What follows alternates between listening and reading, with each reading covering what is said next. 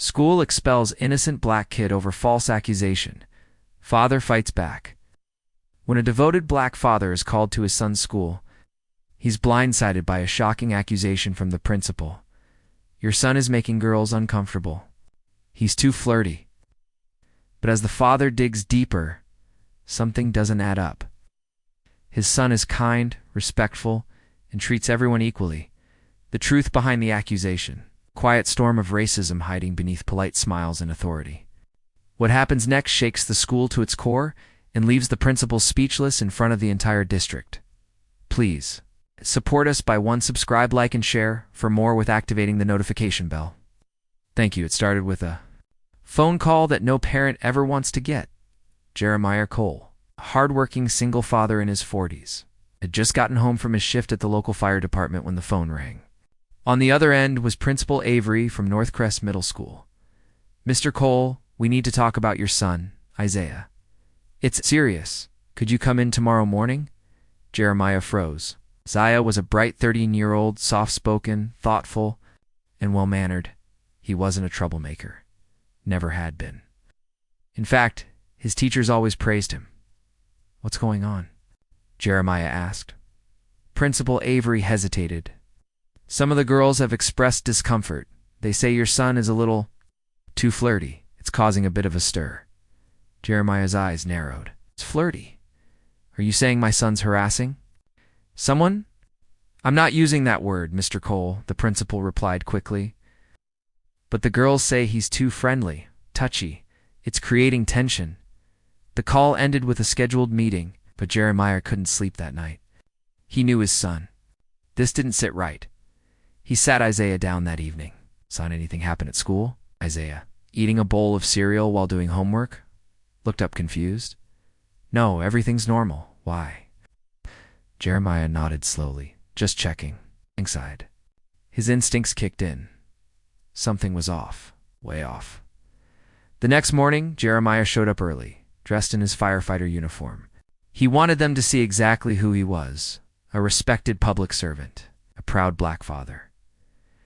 Inside the office sat Principal Avery, a middle-aged white woman known for her tight smile and firm tone. Alongside her was the school counselor. And one teacher, Ms. Delgado, Isaiah's homeroom advisor. Thank you for coming. Mr. Cole, Avery began, her hands folded neatly. We've had multiple concerns from students, girls in particular. They say Isaiah is overly engaging. It's not malicious, of course, but it's raising eyebrows. What does overly engaging mean? Jeremiah asked calmly. Well, the counselor chimed in. He compliments girls a lot, helps them with books, smiles too much. He's just very charming. Is being charming now a punishable offense? Jeremiah asked, voice steady but sharp.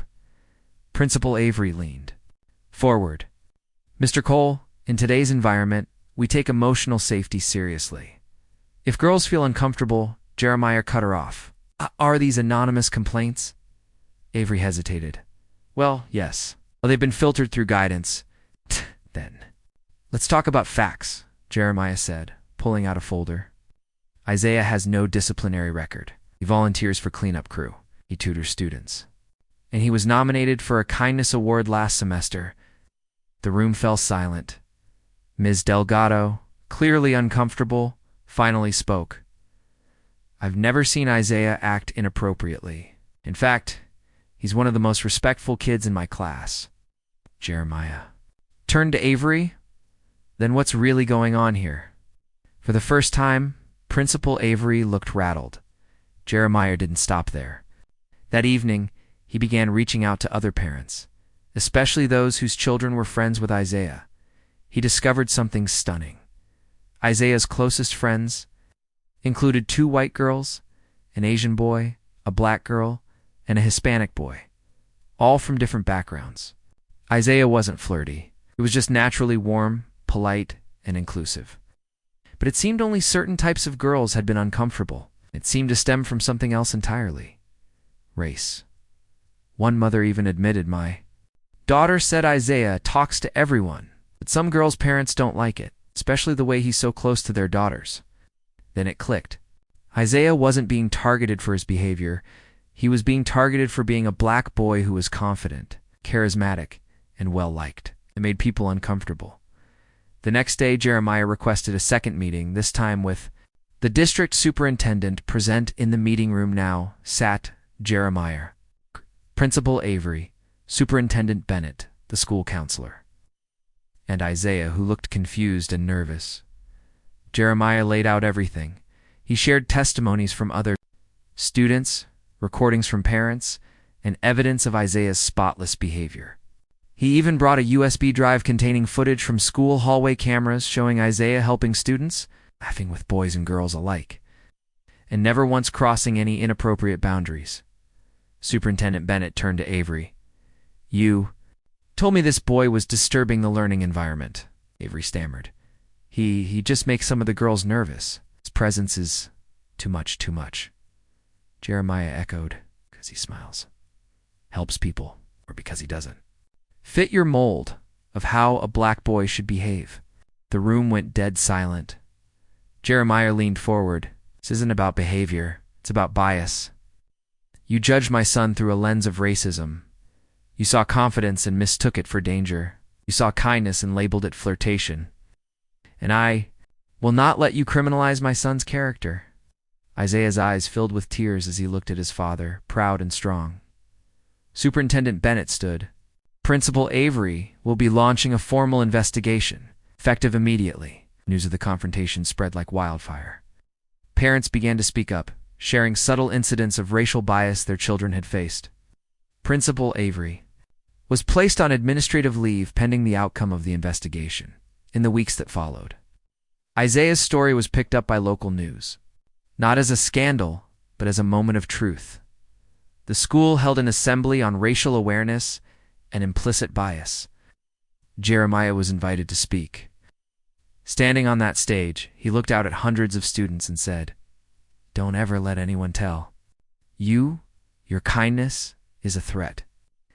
And don't be afraid to stand up for your truth, even when the world wants to silence it."